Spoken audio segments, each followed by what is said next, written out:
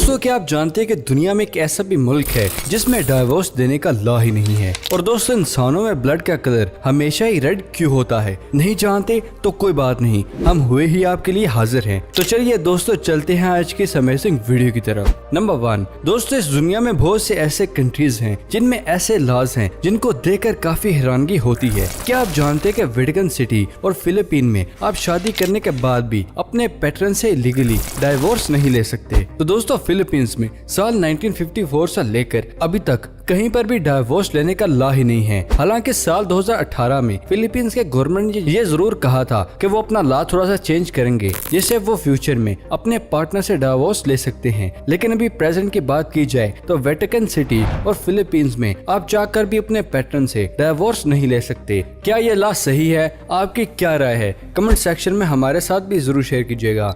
Number 2, दोस्तों ये तो हम सभी जानते हैं कि ऑक्टोपस की कुछ ऐसी स्पीशीज भी होती हैं जिनके ब्लड का कलर रेड की जगह ब्लू होता है। But on the other hand अगर बात की जाए ह्यूमंस की तो ह्यूमंस में ब्लड का कलर हमेशा ही रेड होता है। लेकिन क्या आपने कभी सोचा है कि आखिर ऐसा कैसे होता है? एक्चुअली दोस्तों बात अगर ह्यूमंस की जाए तो ह्यूमन ब्लड में हीमोग्लोबिन होता है जिसमें आयरन बहुत ज्यादा क्वांटिटी में होता है। और दोस्तों ये तो हम सभी जानते हैं कि ह्यूमन ब्लड ऑक्सीजन को कैरी करता है और जैसे ही ऑक्सीजन हीमोग्लोबिन के कांटेक्ट में आता है एक केमिकल रिएक्शन स्टार्ट हो जाता है जिसकी वजह से एक रेड कलर का लिक्विड जनरेट होता है और यही लिक्विड ह्यूमन ब्लड के कलर को रेड बना देता है। But on the other hand बात अगर ऑक्टोपस की जाए तो ऑक्टोपस के ब्लड में हेमोग्लोबिन की जगह पर हेमोसिनिन होता है जो कि कॉपर से भरा हुआ प्रोटीन होता है। और इसी हेमोग्लोबिन की वजह से ऑक्टोपस काफी ठंडे ठंडे माहौल में भी सर्वाइव कर पाता है।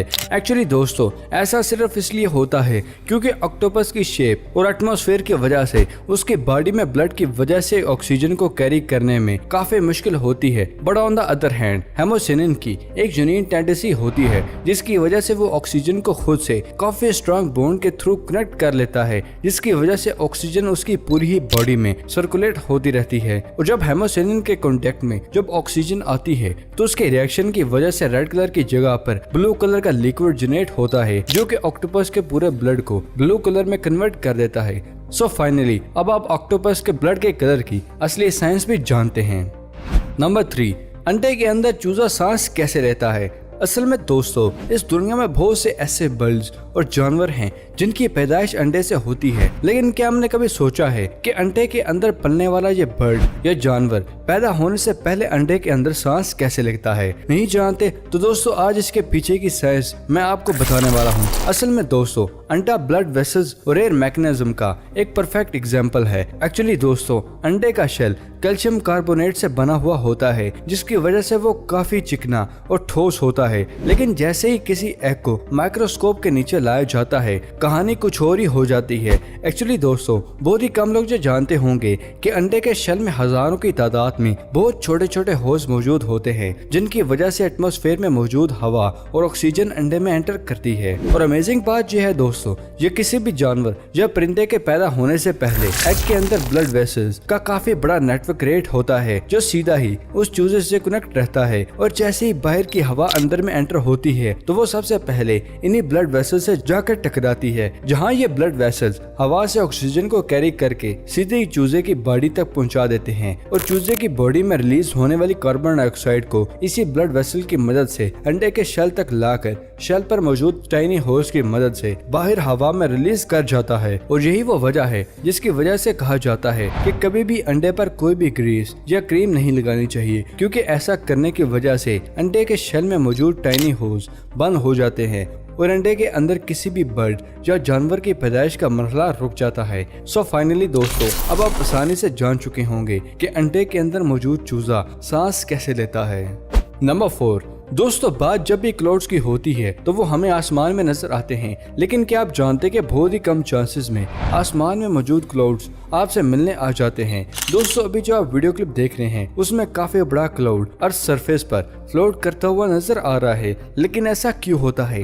दोस्तों ये तो हम सभी जानते हैं कि क्लाउड्स में बहुत ज्यादा क्वांटिटी में मॉइस्चर मौजूद होता है और यही मॉइस्चर क्लाउड के अंदर छोटे छोटे ड्रॉप्स में एक दूसरे से काफी दूरी पर होता है। लेकिन कभी कभी ऐसी एटमॉस्फेरिक कंडीशन कंडीशन जनरेट हो जाती है, जिसकी वजह से क्लाउड में मौजूद मॉइस्चर की यही छोटे छोटे ड्रॉप्स मिलकर आपस में बहुत बड़े ड्रॉप्स बनने लगते हैं। लेकिन on the other hand water condition suitable ना होने की वजह से वो बादलों को छोड़कर बरसती नहीं है। तो दोस्तों उस कंडीशन में कुछ ही देर के बाद ये ड्रॉप्स आपस में मिलकर काफी बड़ी और हैवी ड्रॉप्स बना देते हैं, जिन पर एक लिमिट के बाद अर्थ की ग्रेविटी लगने लगती है। और जैसे ही अर्थ की ग्रेविटी इन ड्रॉप्स को नीचे की तरफ खींचती है तो ये मॉइस्चर बहुत बड़े अमाउंट में क्लाउड के सूरत में अर्थ की सरफेस में कुछ इस तरह आ जाता है, जबकि ये चीज बहुत ही रेयर कंडीशन में होती है। सो फाइनली अब आप क्लाउड्स के अर्थ की सरफेस पर आने की साइंस भी जानते हैं।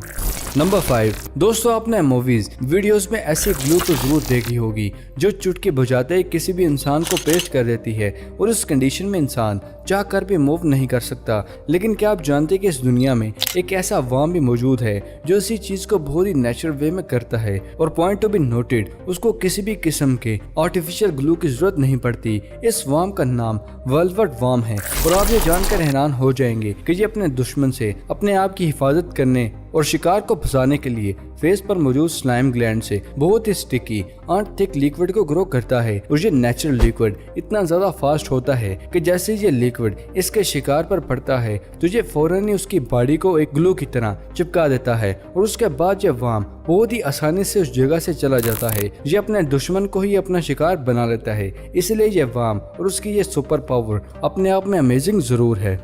नंबर 6 दोस्तों, ये तो हम सभी जानते हैं कि जब भी हम किसी ब्रेड को किसी टोस्टर में डालते हैं तो कुछ ही देर बाद वो ब्रेड हार्ड और ब्राउनी हो जाती है और उसके बाद उसका टेस्ट भी चेंज हो जाता है। लेकिन दोस्तों अगर आपसे मैं पूछूं कि ब्रेड के टोस्टर के अंदर डालने के बाद ब्रेड के साथ ऐसा क्या होता है कि वो ब्रेड हार्ड और ब्राउन कलर में कन्वर्ट हो जाता है, तो क्या आप उसका साइंटिफिक आंसर जानते हैं? तो दोस्तों आज ब्रेड को ही टोस्ट कर देते हैं। असल में दोस्तों ऐसा मिलर रिएक्शन की वजह से होता है। ये केमिकल रिएक्शन उन फूड के साथ सबसे बड़े स्केल पर होता है जिन पर अमीनो एसिड, प्रोटीन और शुगर मौजूद होते हैं। और बात अगर की जाए ब्रेड की तो ब्रेड के अंदर तीनों ही चीजें मौजूद होती हैं। जैसे ही किसी ब्रेड को टोस्टर के अंदर डालकर गर्म किया जाता है तो ब्रेड में मौजूद अमीनो एसिड प्रोटीन के साथ मिलकर एक रिएक्शन करने लगते हैं, जिसकी वजह से टेम्परेचर बढ़ने के साथ साथ प्रोटीन स्ट्रक्चर को चेंज करके एक सॉलिड चेन में कन्वर्ट होने लगता है। But on the other hand protein के अपने स्ट्रक्चर को बदलते ही शुगर प्रोटीन के साथ रिएक्शन करने लगती है, जिसकी वजह से हीट मिलते ही प्रोटीन की चेन में एंटर होते ही ब्राउन कलर में कन्वर्ट हो जाता है। और यही वो वजह है जिसकी वजह से किसी भी ब्रेड को ज्यादा टाइम तक हीट देते हैं तो उस कंडीशन में प्रोटीन का स्ट्रक्चर दोबारा से चेंज हो जाता है और प्रोटीन स्ट्रक्चर चेंज होने की वजह से शुगर ब्राउन से ब्लैक कलर में कन्वर्ट हो जाती है और हमें ऐसा लगता है कि ब्रेड हमारी जल गई हो। सो फाइनली अब आप किसी भी ब्रेड को टोस्ट में कन्वर्ट होने की साइंस को भी जानते हैं। नंबर 7 दोस्तों, क्या आप जानते हैं कि मॉस्किटोज ह्यूमन बॉडी के इतने ज्यादा प्यासे होते हैं कि कभी भी ऐसी सिचुएशन जनरेट हो जाती है कि ह्यूमन ब्लड को सक करते करते अपने ही पेट को डैमेज कर लेते हैं। बट ह्यूमन ब्लड को सक करते हुए मॉस्किटोज का ब्रेन मॉस्किटोज के एक्शन पर कंट्रोल खो देता है, जिसकी वजह से मॉस्किटोज का स्टमक डैमेज हो जाता है। तो दोस्तों ये तो बात हो गई मॉस्किटोज के बिहेवियर की। दोस्तों क्या आपने इस रेयर सिचुएशन को अपनी आंखों से देखा है? दोस्तों अभी जो आप वीडियो क्लिप देख रहे हैं उसमें आप देख सकते हैं कि कभी कभार मॉस्किटोज इस कदर ह्यूमन ब्लड को सक कर लेते हैं कि लास्टली कि वो अपने स्टमक को डैमेज कर लेते हैं। और ये क्लिप इस प्रोसेस को काफी ज्यादा रेयर क्लिप भी माना जाता है। नंबर 8 दोस्तों, बचपन से ही हमें साइंस के बुक में यह पढ़ने को मिलता है कि ईल फिश काफी बड़ी अमाउंट में इलेक्ट्रिसिटी को प्रोड्यूस कर लेती है। लेकिन क्या हमने कभी सोचा है कि ईल फिश इस चीज को कैसे कर लेती है? तो दोस्तों आज इस फिश की क्वांटिटी के बारे में बात करते हैं। एक्चुअली ईल फिश की टेल में मौजूद मिलियन ऑफ इलेक्ट्रोसाइड मौजूद होते हैं जो कि सेंट्रल नर्व से कनेक्ट होते हैं। ये सेल नेगेटिव चार्ज होते हैं, तो ये ह्यूमन बॉडी में नेगेटिव और पॉजिटिव चार्ज को मेंटेन करने के लिए अपने अंदर से बहुत बड़ी अमाउंट से सोडियम, पोटेशियम और पॉजिटिव चार्ज को रिलीज करते हैं, जो कि सेल्स के बड़ी तादाद में चारों तरफ घूमते हैं। और ईल फिश जैसे ही किसी खतरे को महसूस करती है, उसका ब्रेन इसी सेल को ये सिग्नल देता है कि जिसकी वजह से ये सेल्स अपने चेन को ओपन करते हैं और सेल्स के बाहर पॉजिटिव चार्ज सेल्स के अंदर एंटर हो जाते हैं और पॉजिटिव और नेगेटिव सेल्स आपस में टकराने की वजह से एक इलेक्ट्रिक स्पार्क जनरेट होता है और ये इलेक्ट्रिक स्पार्क हमें 600 वाट के इलेक्ट्रिक शॉक की तरह महसूस होता है। माशाल्लाह, क्या कुदरत है खुदा की। सुबहान अल्लाह लिखना मत भूलिएगा। तो दोस्तों, ये थी आज की अमेजिंग वीडियो पसंद आने की सूरत में से लाइक करें। अगर अभी तक आपने हमारे चैनल को सब्सक्राइब नहीं किया तो जल्दी से जाके इसे सब्सक्राइब करें और साथ मौजूद बेल आइकन को दबाना मत भूलिएगा। तो फिलहाल के लिए इजाजत, अगली वीडियो में मिलते हैं। शुक्रिया, अल्लाह हाफिज दोस्तों।